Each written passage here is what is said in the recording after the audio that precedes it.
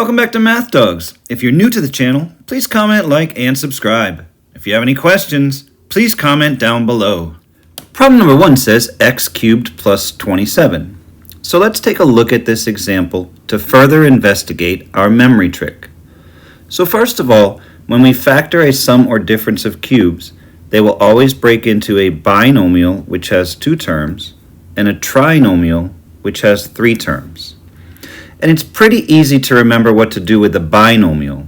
You take the cube root of each of the terms in the original problem. So the cube root of x cubed is x, and the cube root of 27 is 3, and you keep the sign. So since the sign is positive in the problem, we'll keep the plus sign for the binomial.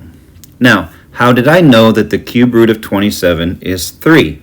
Well, it will benefit you to have at least the first 7 or so cube numbers memorized. So 1 cubed is 1, 2 cubed, 2 times 2 times 2 is 8, 3 cubed, 3 times 3 times 3 is 27, 4 cubed, which is 4 times 4 times 4, is 64, 5 cubed is 125, 6 cubed is 216, and 7 cubed is 343.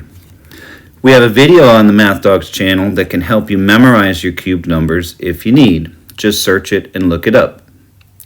Now for the trinomial. That gives some people some trouble. What do I have to do? And so the memory trick that I use is the word STOMPS. S-T-O-M-P-S. And each of those letters stands for a specific word that will help us know what to do in the problem. So the S stands for square. So I'm going to square the x from the binomial, and that will give me x squared.